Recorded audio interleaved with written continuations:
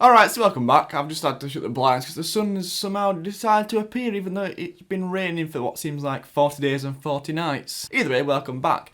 I made a video straight after the Bournemouth game, literally like a couple of minutes. I was sat here, I couldn't get a ticket, as I think I've mentioned before. I was sat here, ready to rock and roll as the final whistle went on that stream that I probably shouldn't have been watching, but you know, gotta do what you gotta do. I started recording, I recorded everything, and it said it was a duplicate upload, which was a bit bizarre considering I literally just recorded it.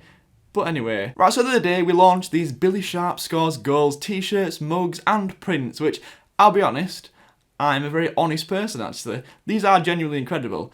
The amount of people that have ordered these mugs, we've had to change suppliers entirely. So if you are one of those people that have ordered one, I've sent out emails, to everybody. But I expect them like end of next week. The t-shirts have already been sent out, so they should be with you like soonish. But yeah, if you're not on the bandwagon, then I mean, what are you doing? Superbladesmen.com, the stuff we've got there, honestly, the stuff that's coming. We're working with Kyle Dowling, which, I mean, as an artist, he's incredible. Genuinely, like, I'm staggered at the stuff he creates, and he creates it so fast. He's an absolute next level. I mean, the prices are amazing as well. $8.95 for a mug, cheaper than most of the stuff in the club shop, and the t-shirts from $12.95. Am I giving these away? It would appear I am. But one person that doesn't give the ball away is John Lundstrom, and that was the smoothest transition I've ever made. Big boy John Lundstrom, what a game he had against Bournemouth. I was one of his biggest doubters. Not a critic, because I'm not generally a critic of many Sheffield United players, apart from Marvin Johnson. He's not a Sheffield United player anymore, but he still gives me like a bit of cold shivers. That game when he came on, I think it was the Millwall game when we conceded in the last minute and he just started kicking the ball out of play.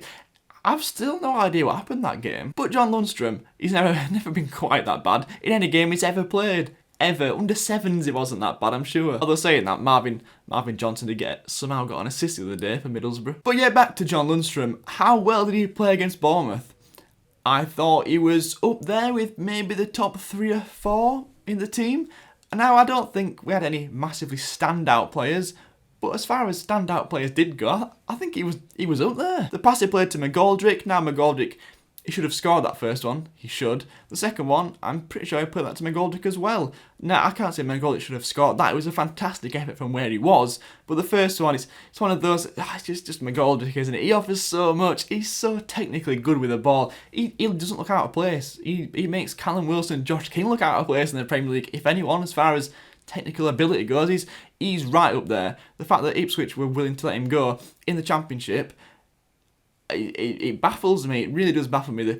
He's more probably, this is a big call, but he's probably more suited to the Premier League than he is the Championship. He's just that type of player. Like, we weren't penned in often against Bournemouth, but I think it was, I don't know, just before they scored, we did get penned in a little bit, which, I mean, is going to happen a lot this season, especially against the top half teams. That's just going to be a thing we're going to have to get used to.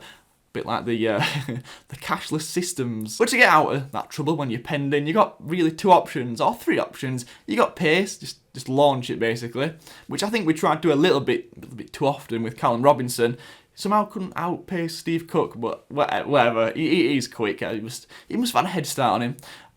And then the other option is a big hold-up man, which McGoldrick's not either of those, but he just rolls people and he just plays nice little cute passes and cute little flicks, and he got us out of trouble so many times. Little flicks to Wilson, definitely flick it to Wilson, flicks to Robinson, or flicks to, I don't know, whoever came on, Freeman or Lundstrom even. So McGoldrick, I probably give him man of the match. I know some people said Robinson, but probably McGoldrick for me. But closely followed by John Lundstrom. Now, John Lundstrom is never going to score a 40-yard worldie. Cue 40-yard worldie against Crystal Palace on Sunday. That's definitely happening. He's one of those players that his main attribute, I would say, is hard work. Now, there's always these players that do the, like, unnoticed business or whatever Adkins called it, does the work you don't see, basically. And he said that Dean Hammond was one of those. He wasn't. You can tell he wasn't by the fact he's never played football since, after doing us out with that contract where he probably got paid about 600 grand for allowing us to pay his contract off because he was that bad. To be fair to him, his legs are gone. He did the best thing for his family. Anyone in that situation probably would have done the same. He was a very good player and we had him in League One. Like, Dean Hammond in League One should have been amazing. It's just that his legs had just gone like, whew. But Lundstrom in the Premier League, assuming we're not going to have as much of the ball, because we're not, like, that's not a wild assumption, especially against the bigger teams and especially away from home. He is vital. He blocks passing lanes. His running power is so good. He covers so much amount of the field. I would go as far to say he's probably becoming an essential in those sort of games. Now at home, where we might dominate the ball a little bit more, so hopefully on Sunday, or I don't know, when we're playing one of the lesser teams in the Premier League, if that's even a thing, then Lundstram might not be as necessary. Creativity is not his forte. Breaking the ball up, running power, getting us up the field, blocking passing lanes, but an all-round combative midfielder. I don't think there's too many better in the Championship, and who knows, in the Premier League, he's looked good. You get Fraser and Josh King, who often drift to that left-hand side, very quiet. Fraser had a very quiet game, and that's partly due to Baldock. I think Baldock did pretty well against him, and when Fraser did go to the side, to the right-hand side, he got that free kick off Ender Stevens, because John Lundstram was on the right, not on the left.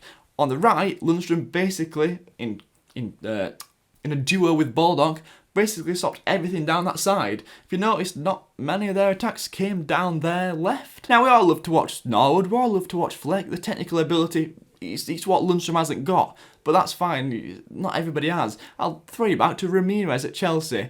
He was so good for Chelsea. He wasn't technically amazing, although he did score an amazing chip at the Nou Camp, I think, against Barcelona, but that's irrelevant. His main attribute was breaking the ball up, running power, passing it off to other people, occasionally chipping in with an assist or a goal, but it was essentially breaking the ball up, getting your team up the field, and that's it. Now, I'm not saying Lundstram can only do that, because he can't. His passing range is surprisingly pretty good. It's not Norwood-esque, but it's good. It's definitely up there in terms like our team. Sometimes he's a bit slow on the ball, sometimes he does have a tendency to go a bit sideways sometimes, but you know what? He's like 23, 24. If we'd have signed this guy, and he'd had no previous with us, and we just signed him, he got straight into the team at Bournemouth, everyone would have been saying, what a signing this is. He's definitely a fantastic signing, and even you could say one for the future, because he's not old at all. Now, if he could add goals to his game, that would be another thing entirely. But, I mean, we've got to kind of be happy with what he is at the moment. He's a great addition. It's almost like a bit of a new signing, because I think he'd only started one game in 2019, which, to go straight in the Premier League in your second start of the entire calendar year is something quite incredible as the sun comes out again. Will he start against Palace on Sunday? I will. I'm going to promise you. I'll have a match preview out for that. I'm going to try and upload to this channel basically every day. Might not all be 10-minute videos, some might be shorter, but yeah, I'll try and upload every day if I can try and commit to that. Will he start on Sunday? I think he will. I think it will be the exact same start, because I don't think we want to go too gung-ho and just absolutely go for it. I mean, we're talking about Crystal Palace, an established Premier League side. You got Wilfred Zaha, arguably one of the top-ish players in the Premier League. He's not in the absolute top tier. He's not in Aguero and Salah sort of category, but he's one down. He's one of those players that take a game away from you. I remember when Palace played Huddersfield, I think it was last season. It must have been last season, and Zaha just ran the show and scored from the most wacky angle I've ever seen. He's one of those players. The consistency is not there. He's not as consistent as the top players, but he's as good, if not better, on his day than someone like, I don't know, or Aubameyang or whoever. On his day, he just takes the game away from you. So we'll have to hope it's not his day, because otherwise I don't think Lundstram or for John Lundstram is going to make that much of a difference. But I think John Lundstram will start. I think Wilder will be slightly more cautious in his approach than normal. I mean, like I've said, Crystal Palace, they've got some very good players. Now, it's a winnable game. It is. It sounds strange saying a Premier League game is a winnable game, but it is. It's a home game against a side that's most likely going to finish bottom 8, bottom 7.